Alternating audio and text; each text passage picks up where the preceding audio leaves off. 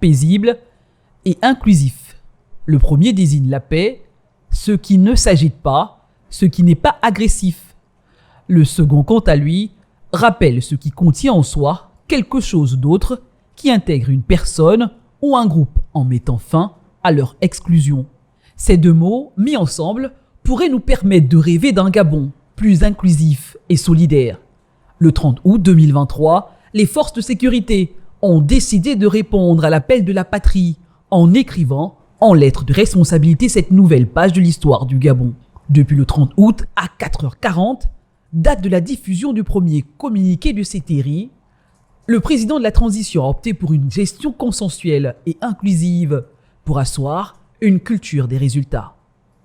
Les premiers actes posés par le chef de l'État étaient axés sur l'exigence de valoriser certains principes élémentaires de gouvernance qui étaient, jusqu'au 30 août, rangés dans les tiroirs, du tout pour nous et rien pour ceux qui pourtant nous ont porté la tête du Gabon, selon certains chiffres.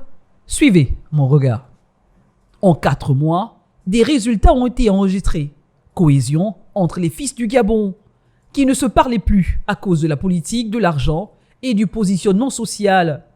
Retour aux fondamentaux avec la levée des couleurs et le chant de l'hymne national. Mise en place des institutions de la transition, dégel des recrutements à la fonction publique, paiement d'une partie de la dette extérieure et intérieure, réhabilitation de plusieurs voiries dans les 9 provinces, plusieurs mesures dans les secteurs de l'éducation, de la santé, du logement, de l'économie ont été prises. En 4 mois, le président de la transition, le général Brice Clotaire Oligui Nguema, a fait le tour de la sous-région.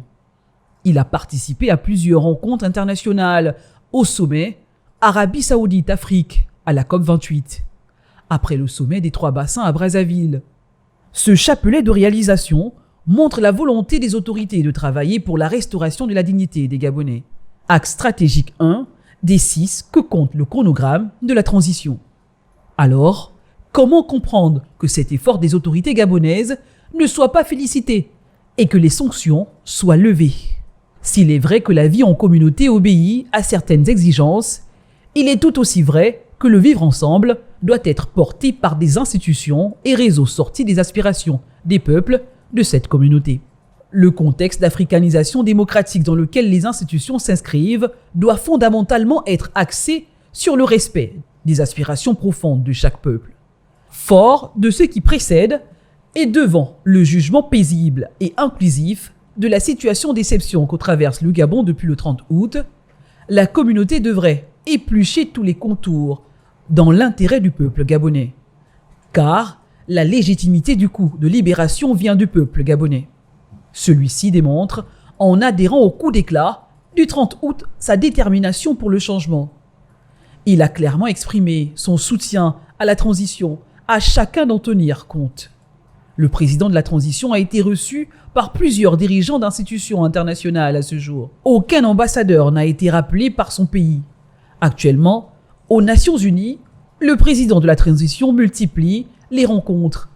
Des centaines d'investisseurs frappent aux portes du Gabon.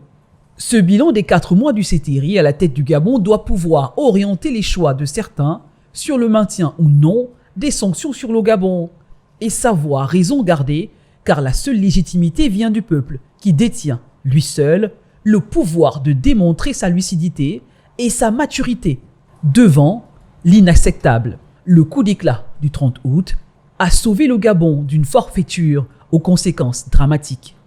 Les populations saluent l'acte de bravoure du CETERI et ont décidé de travailler avec les autorités pour le rayonnement du Gabon.